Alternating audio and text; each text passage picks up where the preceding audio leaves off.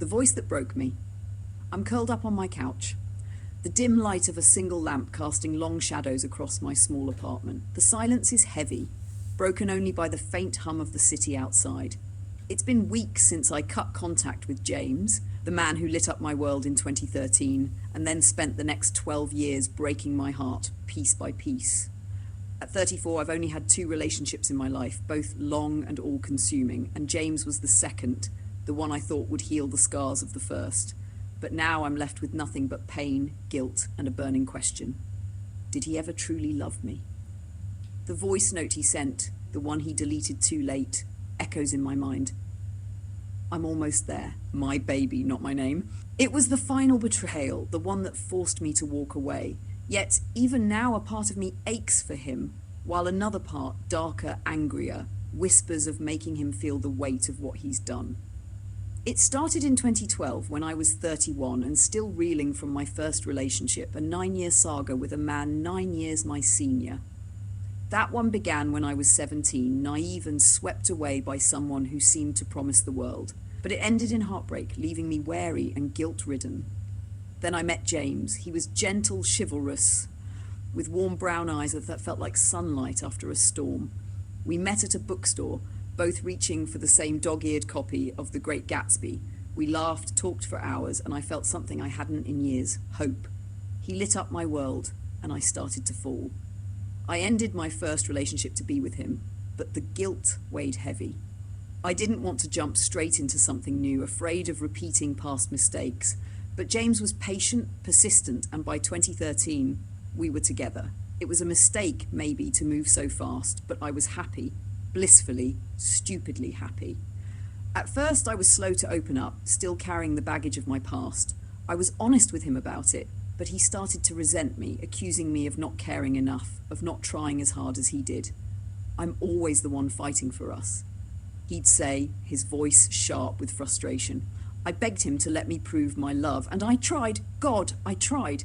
I poured everything into showing him I cared, even as guilt gnawed at me for not being enough. Then in 2014, my world shattered. My dad passed away, the loss hitting like a tidal wave. A week later, James tried to break up with me.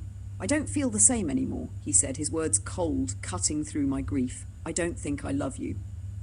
I went numb, then frantic, pleading with him to stay, to give us a chance. I was drowning in pain, losing my dad, now losing him. Naively, I agreed to an open relationship, thinking it would keep him close. It was a desperate move, and it led to us becoming more physically intimate than ever. We saw each other daily, even when we fought, and despite the chaos, we shared good moments, late-night talks, shared meals, quiet mornings. It was messy, but it felt like love. In 2016, another blow came. My mom was diagnosed with cancer, and with my dad gone, we lost our only source of income. I was a wreck, my self-esteem in tatters, my emotions a storm I couldn't control. James became my refuge, the one person I could lean on. But even then I felt him pulling away, his affection inconsistent, his presence a lifeline I wasn't sure I deserved. The first betrayal came in 2019. I found a strange message on his Facebook, a flirty exchange with a girl I didn't know. When I confronted him, he crumbled, tears streaming down his face as he admitted he'd been seeing someone else. They'd gone to a concert together, spent nights out while I was home, oblivious. He swore he didn't love her, that he was just feeling terrible about himself, that he loved me and wanted forgiveness. His tears broke me. They always did. I believed him. Or maybe I just wanted to. We took a break, but we never stopped talking, our connection too deep to sever completely. Just before the pandemic, we started seeing each other again, not officially dating, but teetering on the edge of something. He said he needed time to heal, and I was still hurting from his cheating. Lockdown kept us apart for months, but we never stopped talking, sharing recipes, binge-watching shows, sending silly memes. When restrictions eased, I approached him with more maturity, hoping we could rebuild. He seemed different, kinder, like he was trying to win me back. But there was always hesitation, a wall he wouldn't let me past. I thought we were healing together, moving towards something real. I was wrong. In 2023, he told me he wanted to try more with me. I hesitated, afraid of being hurt again, and I've regretted it ever since. But even then, he never seemed fully committed, his words lacking the conviction I craved. We kept flirting, stuck in this limbo of almost love, and I couldn't let go. Deep down, I knew I needed to cut contact to heal, but my heart wouldn't let me. I loved him, despite everything. This year, 2025, brought new challenges. James was struggling with his estranged father's health issues, and I could see him spiraling. We both have mental health struggles, mine from grief and insecurity, his from depression and anxiety. On Valentine's Day, I tried to do something special, baking him cookies and planning a quiet night. He thanked me, but his eyes were distant.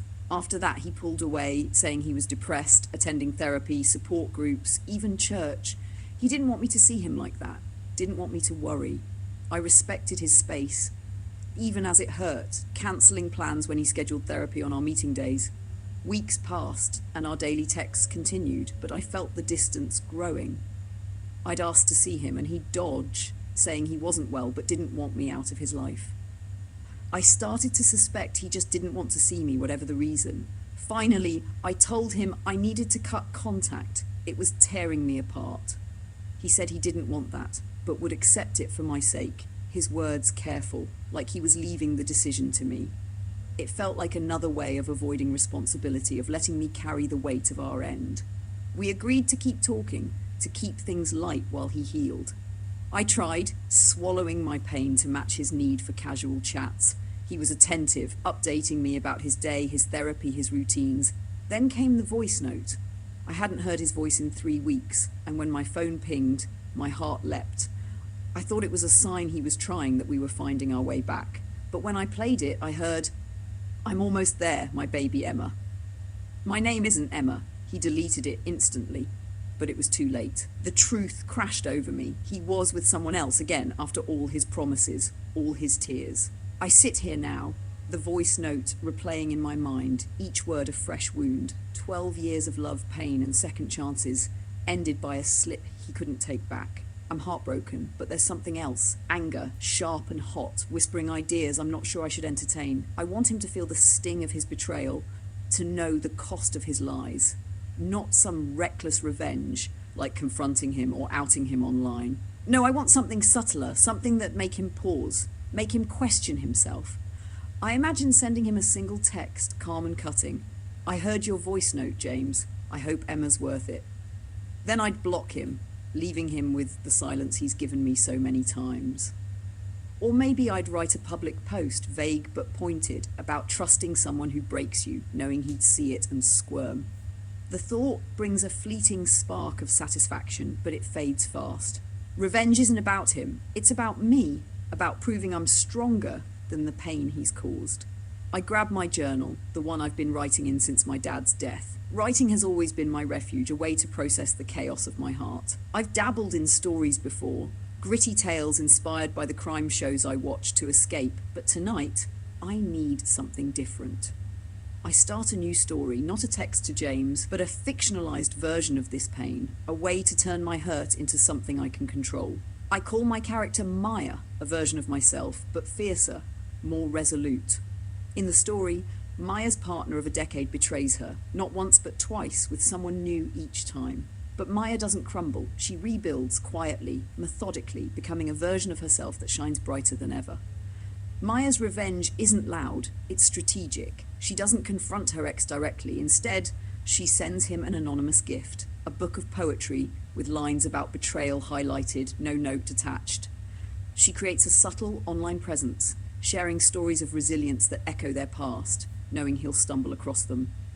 The suspense builds as he grows restless, haunted by her absence, by the life he could have had. He tries to reach out, but Maya's moved on. Her number changed, her heart no longer his to break. She doesn't destroy him. She lets his own guilt do the work, watching from a distance as his new life frays. I pause, my pen hovering over the page. Is this too much? Am I writing a fantasy to escape my own powerlessness? Maybe. But it feels good, like I'm reclaiming a piece of myself. I keep writing, the story growing darker, more intricate. Maya's ex starts noticing cracks in his new relationship, the thrill fading, replaced by the weight of what he lost.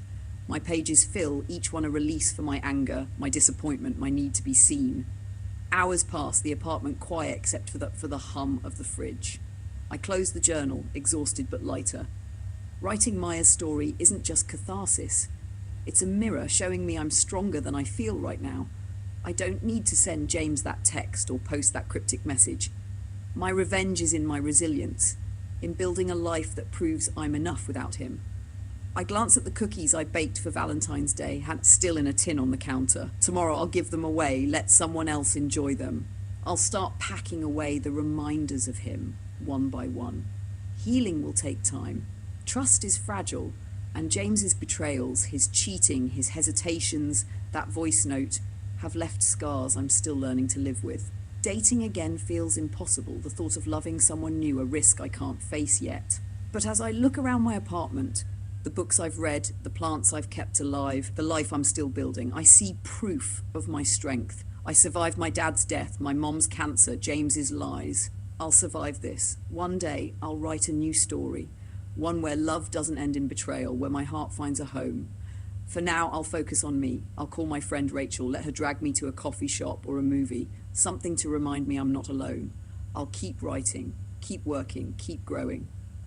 And if a part of me still imagines James hearing that voice note in his own head, realizing what he lost, feeling the sting of his own betrayal, well, that's just human. I'm not perfect, and I don't need to be. I'm Lila, and I'm enough.